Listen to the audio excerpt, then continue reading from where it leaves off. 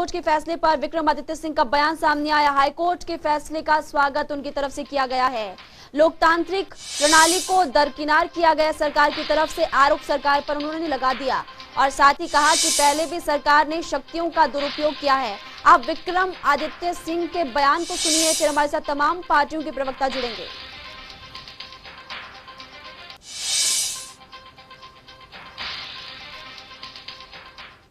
फैसला आया है, मैं समझता हूं कि ये जो है स्वागत के योग्य है और जिस तरीके से ये कोई नया प्रचलन भारतीय जनता पार्टी द्वारा नहीं है। हमने पूर्व में भी ये चीज़ देखी है कि जहाँ पर भी चाहे नगर परिषद के चुनाव हो रहे हैं, चाहे नगर पालिका के चुनाव हो रहे हैं, चाहे आपके नगर पंचायत के चुनाव हो रहे हैं, हर जगह में भारतीय जनता पार्टी जो है वो लोकतांत्रिक प्रणाली को दरकिनार करते हुए सरकारी तंत्र का और अमली जामा का पूर्ण तरीके से दुरुपयोग करने का प्रयास करती है।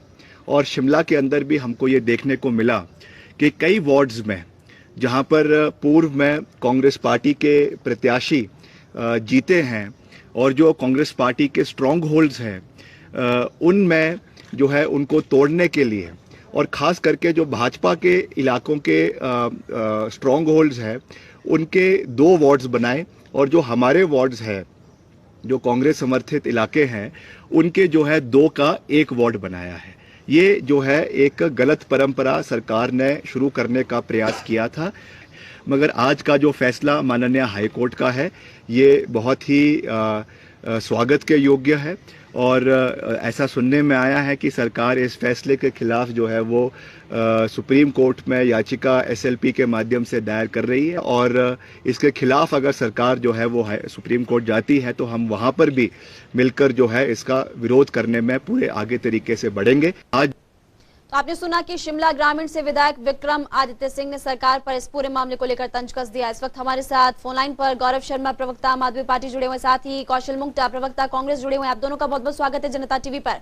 सबसे पहला सवाल कौशल मुंगटा जी मेरा आपसे है, क्योंकि 5 साल का कार्यकाल 18 जून को पूरा हो रहा है और आपके पक्ष में अभी तो फिलहाल फैसला आ गया, आगे की क्या रणनीति? देखिए, हमारी कोई रणनीति नहीं है। हमने कोई देश की भावना से भी काम पहले भी नहीं किया, आगे भी नहीं करेंगे। हमारा तो सिर्फ इतना कहना था कि जो तानाशाही जयराम सरकार और शिमला के जो हमारे माननीय विधायक है सुरेश भारद्वाज जी ने चला रखी है शिमला के अंदर, उस तानाशाही का अंत होना चाहिए। उन्होंने जो है अपने हिसाब से जहां जहां उनको लगता है कि हम कमजोर है वहां दो कांग्रेस के जो समर्थित पार्षद थे उनको इकट्ठा कर दिया। जहां जहां उनको लगता है कि हम मजबूत है वहां पर कोई छेड़खानी नहीं करी। तो आज उनके मुंह पर जो पूरी सरकार है उसके मुंह पर जो सत्य पर सत्य का तमाचा पड़ा है और ऐसी चीज हुई है जिससे उनका सर शर्म से झुका है कि जो लोग लोकतंत्र के साथ छेड़खानी करते हैं उनके लिए आज भी हमारे संविधान के अंदर ऐसे जो है कानून है जो उनको रोकने का काम करते हैं। हम स्वागत करते हैं माननीय हाई कोर्ट के इस आदेश का और आगे अगर ये लोग सुप्रीम कोर्ट भी जाएंगे तो वहां भी हम अपना पक्ष जो मजबूती के साथ रखेंगे। मैं बधाई देता हूँ सीवी नंदा जी को जिन्होंने ये जो है इनकी जो एक ऐसी तानाशाही सोच इसको रोकने का काम किया है।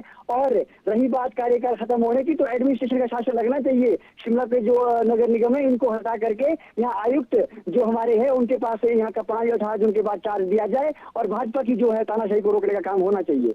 जी ठीक है, आप फिलहाल हमारे साथ बनी रही। इस वक्त गौरव शर्मा भी हमारे साथ जुड़े हुए, आम आदमी पार्टी के प्रवक्ता। गौरव शर्मा जी, आप इस फैसले को किस तौर पर देख रहे हैं? पहला सवाल ये, और दूसरा एडमिनिस्ट्रेशन शासन को लेकर आपका क्या मानना है? क्या आप चाहते हैं कि ये लागू हो?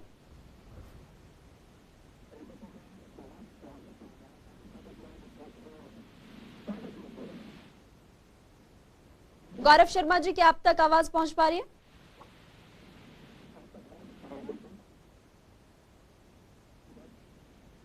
दोबारा संपर्क करने की कोशिश करेंगे। फिलहाल हमारे ब्यूरो चीफ विकास शर्मा भी हमारे साथ लगातार बने हुए हैं। विकास, इस पूरे मामले को लेकर सियासत अब जमकर हो रही है। विक्रमादित्य सिंह भी लगातार सरकार से सवाल खड़े कर रहे हैं।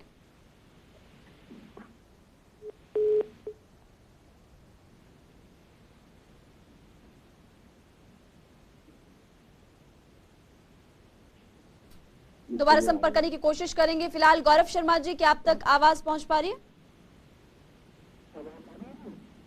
गौरव शर्मा से भी दोबारा संपर्क करने की कोशिश करेंगे। फिलहाल चलते हैं कौशल मुंगटा के पास। कौशल मुंगटा हमारे साथ लगातार बने हुए हैं। कौशल मुंगटा जी, सरकार का बार बार यही कहना है कि विपक्ष हर मुद्दे पर राजनीति करता है।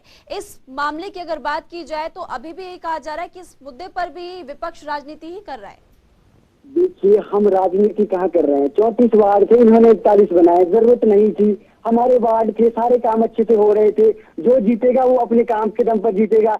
लेकिन आप देखिए ना, इनको लग गया था कि हम हार रहे हैं। हमने 5 साल में कोई काम नहीं किए, हमने सिर्फ राजनीति करने का काम किया, हमने सिर्फ छीटाकशी करने का काम किया। और जो सुरेश भारद्वाज जी है, वो तो आप अपने आप को शिमला का, मुझे नहीं लगता कि वो अपने आप को विधायक समझते, वो तो पता नहीं आपको सरकार समझते अपने आप को पूरी। मैं कहना चाहता हूँ, ऐसी तानाशाही हमने आज तक नहीं देखी। इससे पहले भी पूर्ण शेष मांकन हुए हैं, इससे पहले भी वार्ड नए बने हैं, लेकिन इस प्रकार से आप देखेंगे दशों दिशाएं बदल दी इन्होंने। पूरब की दिशा का जो वार्ड जो पश्चिम में डाल दिया, पश्चिम वालों को उत्तर में जोड़ दिया। मतलब कोई इसका कोई एक पैमाना इन्होंने जो है स्थापित नहीं किया। इतनी तानाशाही, इतनी बेतरतीब तरीके से जो हुआ था काम, हमने तो वो रोका है। इसमें राजनीति कहाँ है? ये तो आपको भी समर्थन करना चाहिए इस चीज का। जी, इसके बाद अगर दोबारा सरकार सुप्रीम कोर्ट का दरवाजा खटखटाती है तो कांग्रेस का क्या फैसला होगा, आगे का क्या रुख? हमारा यही फैसला होगा। अगर ये स्पेशल पिटीशन डालते हैं आपके जो है सुप्रीम कोर्ट में, माननीय सुप्रीम कोर्ट में, तो कांग्रेस वहां पर भी जो है इसको डिफेंड करेगी, वहां पर भी अपने तर्क रखेगी। हम सुप्रीम कोर्ट में इस केस को लड़ेंगे। हम सुप्रीम कोर्ट को भी अवगत करवाएंगे कि किस प्रकार से शिमला नगर निगम में भाजपा जो है अपनी जो तानाशाही चला रही है और लोकतंत्र का गला घोटने का काम कर रही है। आज अगर आप देखेंगे, इन्होंने दो जो है अपने जो इन्हें मेयर बनाए, दोनों विफल रहे। स्मार्ट सिटी के नाम पर कैसी बेतरतीब ढंग से काम शिमला के अंदर हो रहा है, वो पूरा हिमाचल प्रदेश देख रहा है। किस प्रकार से शिमला के अंदर आज भी ट्रैफिक की समस्या है। बड़े बड़े वादे करके ये लोग आए थे, ये पूरी तरीके से फेल हो चुके हैं। इसीलिए इनको डर है कि हमारी जो है 3-4 सीटें भी नहीं आने वाली है एमसी के अंदर। और आज जो ये ऐसे उल्टे तरीके से जो है एमसी का चुनाव जीतना चाह रहे हैं, जिसको हम सफल नहीं होने देंगे। जहां भी आवश्यकता पड़ेगी हम वहां पर लड़ेंगे, सुप्रीम कोर्ट भी हम जाएंगे। ठीक है, बने रही हमारे साथ, क्योंकि गौरव शर्मा से हमारा संपर्क हो चुका है। गौरव शर्मा जी, क्या आप हमें सुन पा रहे? जी जी जी जी, हाईकोर्ट के इस फैसले को आप किस तौर पर देख रहे हैं? और दूसरा सवाल आपसे ये कि एडमिनिस्ट्रेटिव शासन अगर लागू होता है तो आम आदमी पार्टी की क्या प्रतिक्रिया रहेगी? मैं सबसे पहले तो माननीय उच्च न्यायालय के फैसले का बहुत स्वागत करता हूं। पूरे शिमला की जनता बड़े उससे देख रही थी कि किस प्रकार जो न्यायपालिका पर हमारा विश्वास है वो बना रहे। और आज उन्होंने फिर साबित कर दिया कि अगर आपकी गुहार राजनीतिक दल नहीं सुनते हैं और सत्तासीन पार्टियां जो है अपना मनमानी करती हैं और तानाशाही के ऊपर जाती हैं, तो न्यायपालिका आपकी आवाज सुनने के लिए है। और ये जो आज का फैसला आया है बहुत स्वागत योग्य है। देखिए, जिस प्रकार से भारतीय जनता पार्टी ने वार्डों को तोड़ने की कोशिश की और अपने हिसाब से, अपने चहितों के हिसाब से उसे पुनर्स्थापित किया गया ताकि उनका व्यक्ति वहां पे लड़े, आगे बढ़ सके, लेकिन वो सारी चीजें उनकी धरी की धरी रह गई। मैं बहुत स्वागत इस फैसले का करना चाहूंगा। और जहां तक की बात है, तो ये सारी जो नाकामी है ये भारतीय जनता पार्टी के तय समय पे चुनाव होने थे, उससे पहले उन्होंने सारी एक्सरसाइज की। जो सारी एक्सरसाइज है उनकी वो बिल्कुल खड्डे में गई। और न्यायपालिका ने जो फैसला सुनाया उससे पूरे जो शिमला नगर निगम के जितने भी लोग यहाँ रहते हैं वो बहुत खुश है। हाँ, अगर जब तक चुनाव ना हो तब तक शासक को बिठा देना चाहिए, क्योंकि वहाँ बहुत सी वहाँ पे त्रुटियां हुई हैं। वहाँ पे पॉलिटिकल बायस जो है उन कार्यों को भी जांच होनी चाहिए। पूरा जो पैसा है आम आदमी पार्टी की तरफ से ऐलान किया गया है, हर कहीं कंक्रीट पे पैसा लगा है, उनकी भी जांच होनी चाहिए। किन किन आप सवाल भी सुन लीजिए गौरव शर्मा जी, निगम के काम दिए उनकी भी जांच होनी चाहिए और शासक को तुरंत वहाँ बिठाना चाहिए ताकि ये सारी चीजें भी शिमला की जनता के सामने आ सके कि भाजपा शासित नगर निगम ने कितने जो है गलत तरीके से काम किए, कितना भ्रष्टाचार वहाँ पे हुआ है। आप मुझे ये बताइए, क्योंकि आपकी तरफ से कहा गया है कि आम आदमी पार्टी सभी वार्डों पर चुनाव लड़ेगी, लेकिन एक सवाल आपसे ये भी है यहाँ पर कि जी ठीक है, आप फिलहाल बने रहिए हमारे साथ, क्योंकि इस वक्त हमारे साथ करण नंदा भी जुड़ चुके हैं, बीजेपी मीडिया सह प्रभारी। करण नंदा जी, कांग्रेस हो या फिर आम आदमी पार्टी, दोनों की दोनों पार्टियां आप पर सवाल खड़े करें कि आप मनमानी करते हैं। हेलो जी, क्या प्रश्न बोला जी आपने? हाईकोर्ट के फैसले के बाद कांग्रेस और आम आदमी पार्टी दोनों की तरफ से प्रतिक्रिया यही सामने आई है कि मनमानी सरकार करती है हमेशा। देखिए, ऐसा है कि जौन सी सरकार बैठती है according to rule and act, आप डिलिमिटेशन और वार्ड को बढ़ा सकते हो, रोस्टर को आप लागू कर सकते हो। आप देखिए, ये सरकार के क्या प्रेरोगेटिव होते हैं। पहले 18 वार्ड थे, ये कांग्रेस की सरकार थी जब एक वार्डों को बढ़ा के जो है ये अपना चॉइस को 34 कर दिया गया था। तो क्या वो डिलिमिटेशन में आपको लगता है कि उन्होंने मनमानी नहीं की? और दूसरी बात, अच्छा, आप हाईकोर्ट से भी बड़े हैं नंदा जी, आप हाईकोर्ट से बड़े हैं, आपके रूल एंड रेगुलेशन हाईकोर्ट से भी बड़े हैं। आप हाईकोर्ट को मालूम नहीं है किस एक्ट से बनाए थे आपने, क्यों रखे हाईकोर्ट अगर में? आप मौका नहीं देना चाहते बोलने का तो आप ही बोलिए, आपको मुबारक, आप हमें बोलने अरे दीजिए। तो आप हाईकोर्ट से बड़े बंदे आप हैं, जिक्र बीच में करके बोलना अपनी तो बात मुझे कीजिए। पड़ेगा। डिबेट का मतलब ये होता है लड़ाई नहीं होती है, हर पक्ष को सुनने का वो होता है। आप और पहले आप डिबेट इतना के जो है वो परेशान क्यों हैं देखिए आगे? क्या है। ठीक है जी, आपको अगर ऐसे बात करनी है तो ये डिबेट पे आने का हमारा कोई वो नहीं है। ठीक है जी, आप खुद करिए डिबेट और खुद ही जवाब दीजिए। धन्यवाद। कौशल मुक्ता जी, आप सुन लीजिए पहले। करण नंदा, आप अपनी बात पूरी कीजिए। जी, इनको पहले दिखाइए कि डिबेट होती कैसे है। आप बीच में लड़ने के लिए नहीं होती है डिबेट तो मुझे नहीं पक्ष रखने सीखनी, के ना लिए मुझे होती इसे है। सीखनी, ना मुझे किसी और से आप प्लीज सीखनी जिक्र है। करके अपनी जो बात चीज का पूरी विरोध होना है कीजिए। वो होना कौशल है। मुक्ता जी, डिबेट आप एक मुझे बार किसी सुन से नहीं लीजिए, सीखनी। फिर आपके पास लौटेंगे और फिर आप सवाल पूछ लीजिएगा। आप पकड़ाइए डिबेट की, इनको डिबेट की तमीज सिखाइए तो पहले। आप कमाल कर रहे हैं। गंदा जी, मैं आपका इज्जत करता आप हूं, मैं दोनों आपका इतने सम्मान करता हूं, जिम्मेदार मैंने कोई पार्टियों गलत की बात नहीं प्रवक्ता है, आप बोली। दोनों इस मैंने तरह से सिर्फ लड़ाई ये मत कहा कि कीजिए। बीच में भाजपा मत हाईकोर्ट से बड़ी टोकिए। नहीं हो अगर आप सकती। नहीं टोकेंगे तो आप बीच में फिर टोक रहे हैं मुक्ता जी। पहले आप तभी सीखिए कि आप किस सर, प्रकार आप से मेरे debate बड़े की भाई हैं, जाती मैं आपका सम्मान करता हूं। मैंने भाजपा को बोला आपको इतना परेशान होने की आवश्यकता नहीं है। मैंने कहा कि हाईकोर्ट से बड़ी नहीं है भाजपा। है। जी, सुन लीजिए कौशल मुक्ता जी, आप बात पूरी कीजिए। ठीक है। तो इस प्रकार मैं आपको बता रहा हूँ कि देखिए, कोर्ट में पीआईएल हुई थी जी। और हम मानते हैं कि कोर्ट का जो भी निर्णय आया है वो सर्वप्रिय होता है। जी। और कोर्ट ने जो ये निर्णय दिया है, देखिए इलेक्शन कमीशन जो है इसको है मॉनिटर करती है। अगर मनमानी होती है तभी इलेक्शन कमीशन को बिठाया जाता है, और उनको लग रहा है कि कुछ त्रुटियां हैं तो इस केस को इलेक्शन कमीशन को वापस भेजा करेगा और उसके बाद फिर से डिलिमिटेशन होगी, जिसके अंदर डिप्टी कमिश्नर और पूरा प्रशासन जो है इसको डिलिमिट करके वापस भेजेगा। तो जो प्रक्रिया आने वाले समय में होगी उसको हम स्वीकार करेंगे। दूसरी बात यह है कि देखिए, एक राजनीतिक दल जो है वो जो है डिलिमिटेशन करता है क्योंकि वो शहर को बढ़ाना भी चाहता है और अपने वोटर्स को भी बढ़ाना चाहता है और सुविधा भी देना चाहता है। अगर उसमें कोई त्रुटि आपको लगती है कि हुई है तो भारतीय जनता पार्टी की ओर से मैं माफी मांगता हूँ। और दूसरी बात मैं आपको बता दूं कि आपसे पहले डिलिमिटेशन देखिएगा, शिमला की आप हिस्ट्री देखेंगे तो स्टार्टिंग में 9 वार्ड से स्टार्ट हुआ था शिमला, आज जो है 34 वार्ड पे आके खड़ा हो गया है। और अभी भी एक्ट के अंदर जो प्रावधान है उसी के अकॉर्डिंगली जो है वो भेजा गया।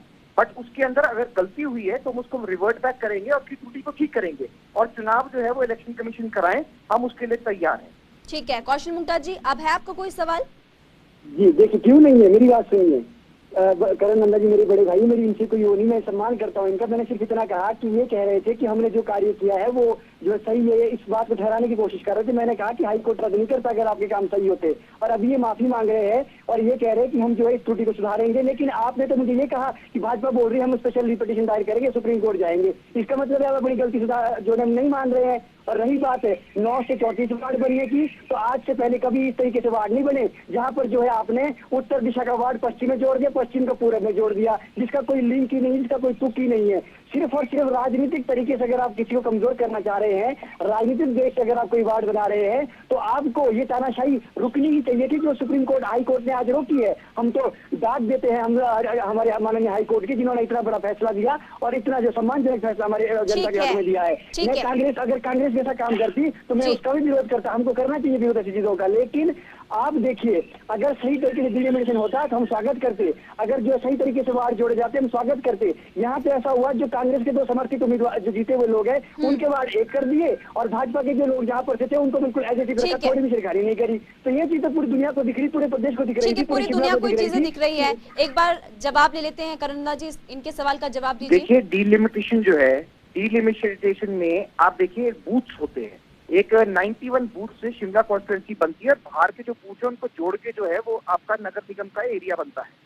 देखिए, अगर तानाशाही होती तो बूथ को तोड़ के 1 और A में डिवाइड करते और इसके हिसाब से हम वोट बनाते तो निश्चित रूप से हमें पता लगता कि हम जीत रहे हैं। पर हमने बूथों को नहीं छेड़ा है, बूथों को सिर्फ गठित करने के लिए एक बूथ को दूसरे में, क्योंकि उसमें सहूलियत ये आती है, क्योंकि हमारा जो एरिया है, कभी कभी कॉमली बैंक का एक एरिया होता है, उनको जो है रुल्दू भट्टा के पार्षद के पास जाना पड़ता था और कॉमली बैंक वाले पार्षद के लिए जो है वो सूट करता था कि वो केथू में हो, और इसमें जो है जनता के जितने भी सुझाव है वो मांगे गए थे। पर इस प्रकार का कोई ऑब्जेक्शन जो है उस प्रकार उसमें नहीं आया प्रक्रिया में।